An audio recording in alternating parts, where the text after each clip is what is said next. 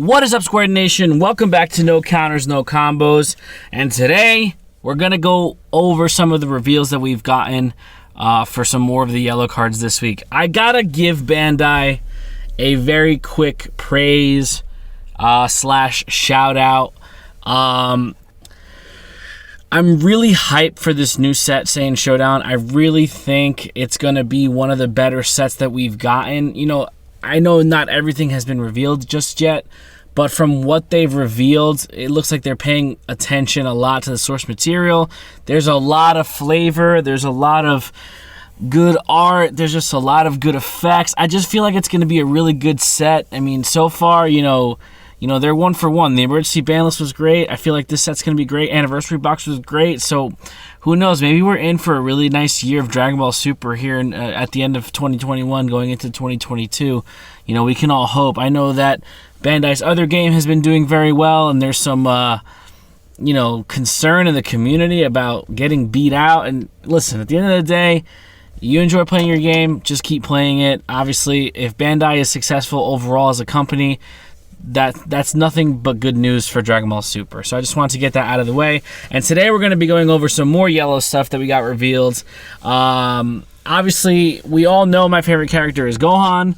And I know that the Gohan Icarus deck has been doing a lot lately in the meta. It's tiered very highly, and a lot of people have been having success with it. So I guess we're just going to get another Kid Gohan leader moving into set 15. So Bandai revealed Sun Gohan, 10k attacker, Saiyan Earthling, Sun Gohan Youth Turles Saga. Auto, if you have 1 or more energy, when a player, so that means either you or your opponent, places a field extra card. Interesting. I wonder if that means they're going to make field cards that are not extra cards, maybe unisons. If you have 1 or more energy when a player places a field extra card in a battle area, you may flip this card over. If you do, switch up to 1 of your yellow energy to active mode. You can't flip your leader to its front for the turn and choose one of the following effects. You can draw 1 card, or you can add up to 1 yellow field extra card with an energy cost of 1 from your drop area to your hand. Okay, so that's a lot to unpack there on the front. He does not have an awakened skill, technically. He's just flipping back and forth, so most likely it's more like a transformation mechanic, if anything. You play a field card, you can draw 1 and flip 1 over, or you can get a field card, cost of 1, out of your drop area, and then flip over to the back, and then you can't flip back to your front side.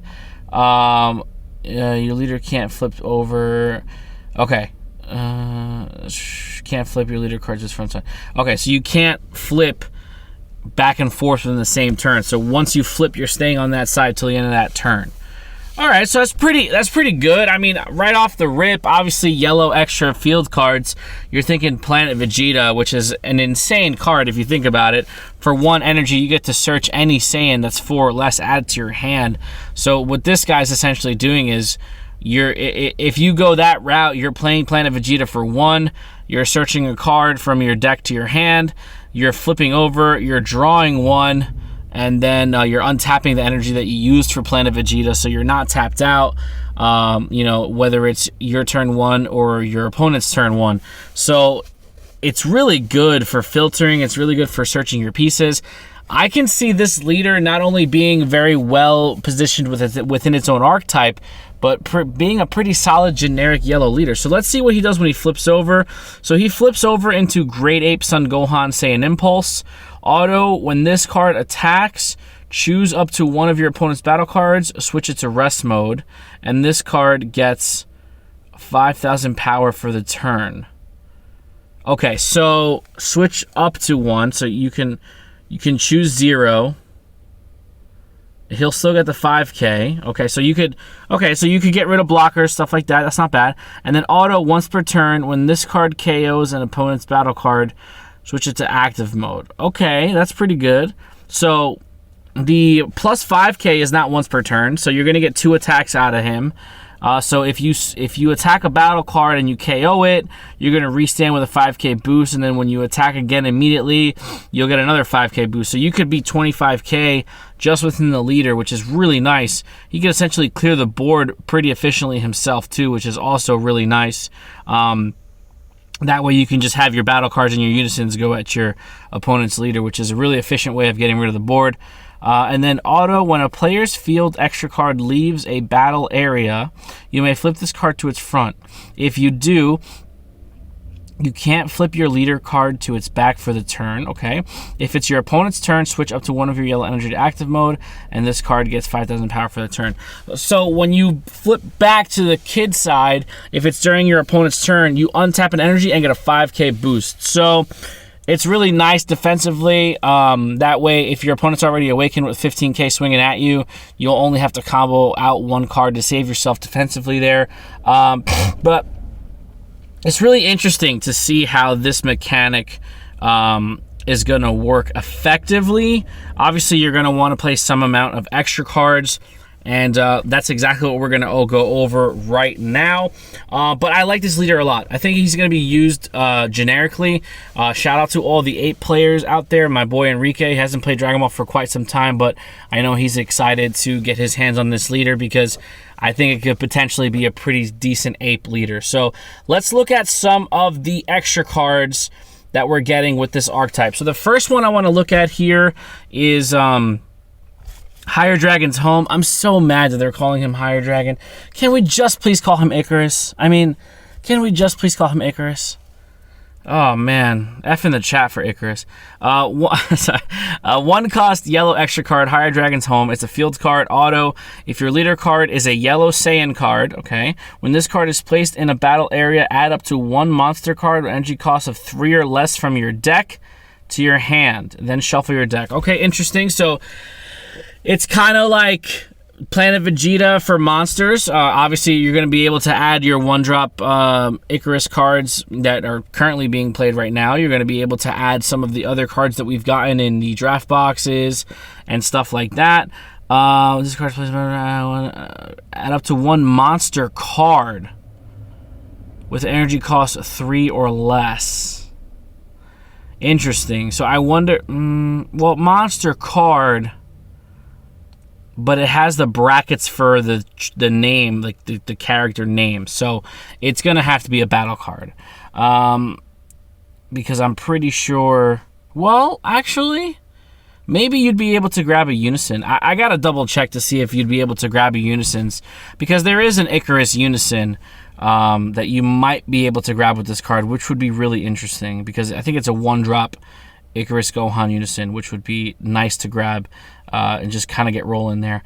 So yeah, you grab a 3 or less monster, add it to your hand, shuffle. At the end of your opponent's turn, you can place this card in its owner's drop area. You can, so you don't have to. Oh no. At the end of your opponent's turn, place this card in its opponent's drop area. So if you play this turn 1 so you can flip to your backside, at the end of your opponent's turn, it's going to your drop. So you're going to flip back to your front side, which is fine because you'll be able to cycle these cards effectively because they remove themselves. You don't have to physically play one or remove one. They'll just kind of go away at the end of the turn, so you'll be able to continue your shenanigans with your flips. And then auto for 2 energy. When this card is placed in its owner's drop area, from your battle area, choose up to 1 monster card, energy cost 2 or less in your hand, and play it. Okay, so that's really good. There are a lot of monster cards, believe it or not. There's a 2-drop Natalde Village monster that we got in set 7. We're getting a new one now in set 15. There's also a 2-drop Gohan Icarus promo that we got from set 12 that nobody ever played because it wasn't meta back then. But there's a couple targets that you can get off of these guys. It doesn't specify what color it has to be. It just says monster with energy cost 2 or less in your hand and play it. So you might be able to sprinkle some red yellow, 20k battle card. You know, even though it is a vanilla, it's still a 20k swing on turn 2 that you played. And you're still cycling your field spells that way. So you might not have to charge red, but you'll be able to play them out of your hand. And then the Gohan Icarus promo is actually really interesting because when he's played, you go into your deck and you add 2 1-drops with different names to your hand. So you can go ahead and grab your 1-drop Icarus or your 1-drop Son Gohan, add them to your hand to have more fodder. really interesting. I don't know exactly if that's how it's going to pan out, but maybe some of the other Gohan Icarus cards will get a little bit of playtime. You know, the 6 drop that we got from Draft Box 6, it's Evolve for 1 yellow, and it's a 20k double striker. I think it's a really good card. And also the Lord, it's a magic term, but the other 6 drop that we got, Gohan Icarus Flying High, that gives your skill list is 15 plus 5k. It's going to be really interesting to see where it goes. So right now it's all speculation, but I'm liking that they're fleshing out this monster slash Icarus slash Gohan archetype. There is another field spell that we're getting, Forest Fire. It's also a 1-drop yellow. If your leader is a yellow Saiyan card, when this card is placed in a battle area, add up to 1 mono yellow Saiyan card with an energy cost of 4 from your deck to your hand, then shuffle your deck. So this is specifically adding a 4-drop. It doesn't say 4 or less. I don't know if that's a typo or not, but what I'm seeing here is a mono yellow Saiyan, energy cost of 4. So that's very limited to what you're going to add. Auto place this card's owner's drop area from your battle area. At the end of your opponent's turn, they may choose 1 card in their hand, discard it. If they don't, you choose all field extra cards, energy cost of 1 in their battle area, and place them in the drop. So not as good as I'd want it to be. I mean, if you could search a mono yellow Saiyan that was 4 or less, that might be okay, because it doesn't say mono yellow Saiyan only. It says mono yellow Saiyan. So technically you could grab Gohan Icarus cards, but it says energy cost of 4. So that's going to be really interesting to see what the targets are. Of course, there are mono yellow Saiyans that are costed 4 in the game. That's not what I'm trying to get at, but I think Planet Vegeta might be a little better.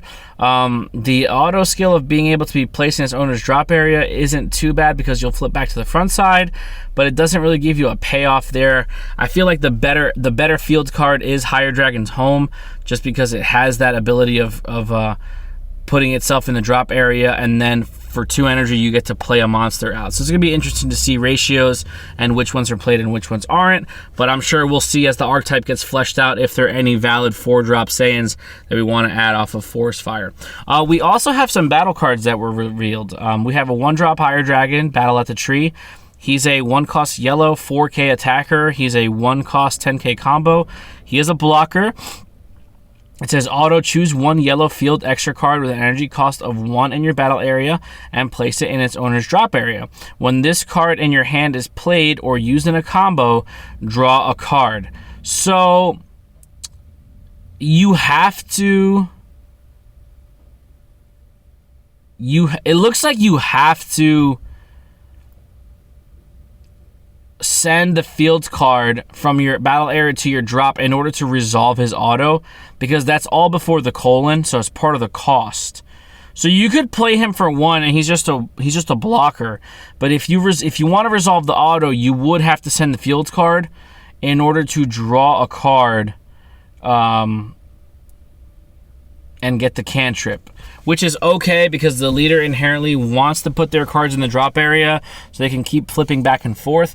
Maybe that's how the interaction with Planet Vegeta would work with this card, because Planet Vegeta is not going to have any inherent removal on its own, so you want to play Battle at the Tree.